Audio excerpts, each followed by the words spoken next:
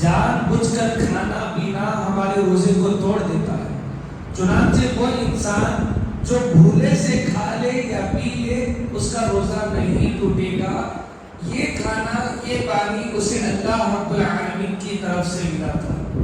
اسی طرح وہ انسان جو اپنی بیوی سے ہم بستری کر لیتا ہو اس کا روزہ ٹوٹ جائے گا اور اس پر کفارہ مغلظہ ہے، یعنی ایک غلام آزاد کرے گا یا 60 مسکینوں کو کھانا کھلائے گا یا 60 دن یا 2 ماہ مسلسل روزہ رکھے گا. بیچ میں ایک دن بھی گیپ نہیں کرے گا، مسلسل روزہ رکھے گا. اسی طرح وہ آدمی جو منی کا خروج کرتا ہے اس سے بھی روزہ ٹوٹ جاتا ہے، چاہے وہ بیوی سے ہم بستری کرنے پر ہو یا پھر کسی اور ذریعے سے منی کا خروج ہو. ہاں یہ اور بات ہے کہ کسی کو نیند میں احتلام ہوتا ہو تو اس کا روزہ نہیں ٹوٹے گا، لیکن اگر خروج کیا جاتا ہے تو یقیناً اس کا روزہ ٹوٹ جائے گا. اسی طرح وہ انسان جو ہمارے جسم کو طاقت اور قوت پہنچانے والے انجیکشنز ہیں ان انجیکشنز کا استعمال کرتا ہے تو اس کا روزہ ٹوٹ جائے گا. حجامہ پچنا لگانے سے بھی روزہ ٹوٹ جائے گا. روزے کی حالت میں حجامہ اور پچنا بھی نہیں لگوانا چاہیے. اسی طرح جان بوجھ کر قے کرنے سے بھی روزہ ٹوٹ جاتا ہے.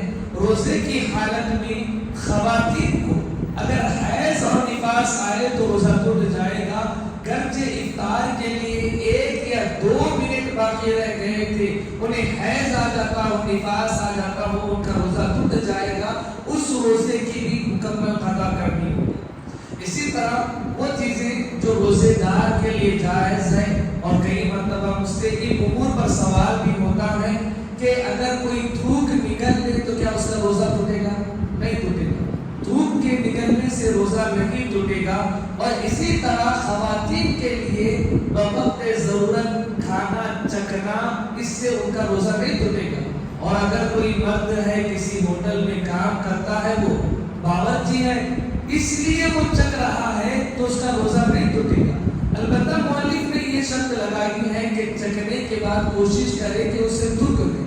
بعض علماء نے اس کو بھی کراہت کے ساتھ پسند کیا ہے. کہا کہ اگر شوہر ظالم ہو یا آقا ظالم ہو جس سے ڈانٹ ڈپٹ اور مار کا تمہیں ڈر لگا ہو، ایسے موقع پر تمہیں اجازت ہے کہ تم کھانا چکھ کر دیکھو کہ صحیح بنا ہے یا نہیں بنا ہے، ورنہ ان علماء نے بھی اس کی اجازت نہیں دی ہے.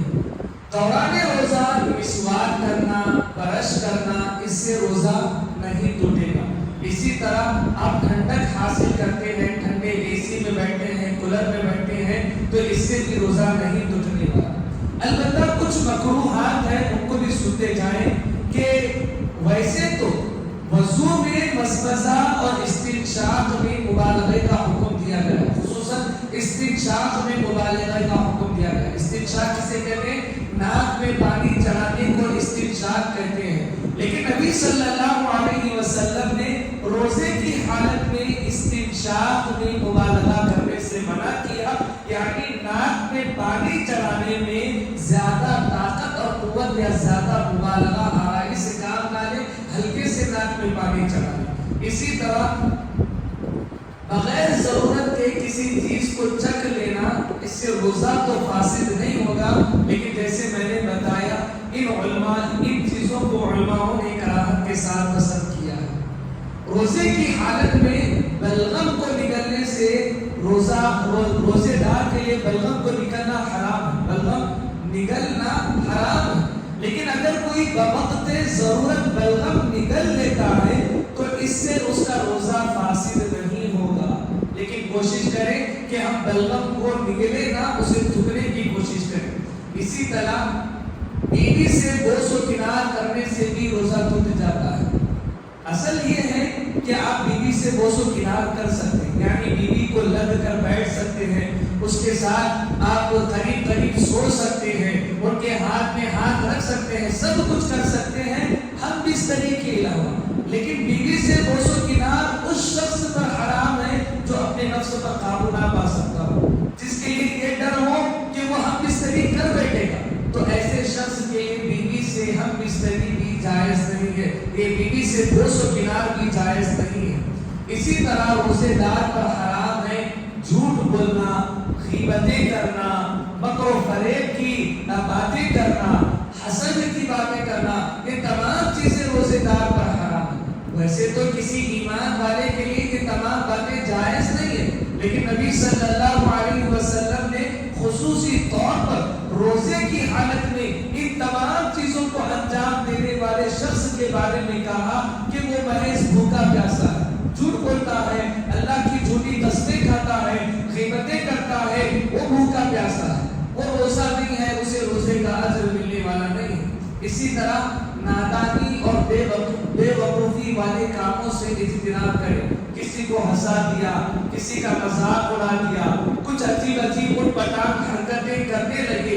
بعض لوگوں کا یہی پیشہ ہے کہ وہ لوگوں سے ملتے ہیں، انہیں ہنسانے کے لیے ایسی عجیب عجیب حرکتیں کرتے ہیں جس کو نادانی اور بے وقوفی کہا جا سکتا ہے۔ چنانچہ روزے کی حالت میں کوئی ایسی نادانی بے وقوفی نہ کرے جس سے کسی کا مذاق بنے یا تمہارا مذاق بنے، یہ روزے دار کے لیے درست نہیں۔ اسی طرح روزے کی حالت میں وصال کرنا درست نہیں ہے۔ وصال کا معنی یہ ہے کہ آپ ابھی روزہ رہیں، آپ نے افطار بھی نہیں کی، افطار کے بعد کھانا بھی نہیں کھایا اور پھر اسی سحری سے دوسرے دن کا روزہ رکھ لیا، تو یہ جائز نہیں ہے، یہ حرام ہے۔ نبی صلی اللہ علیہ وسلم نے ہر افطار کو کھانے کا حکم دیا ہے، اور وصال کرنے والے کو اجر تو کیا شاید وہ گنہگار بن جائے گا۔ تو لہذا افطار اور افطار کے بعد ہمیں مطمئن ہو کر کھا لینا چاہیے۔ یہ کچھ باتیں تھیں جو میں نے آپ کے سامنے رکھی۔ انشاءاللہ آنے والے درس میں نفلی روزوں سے متعلق بتایا جائے گا۔ اللہ رب العالمین سے دعا ہے کہ رب العالمین کتاب و سنت کی باتیں سننے، سمجھنے، پھر اس پر عمل کرنے کی توفیق عطا فرمائے۔ السلام علیکم۔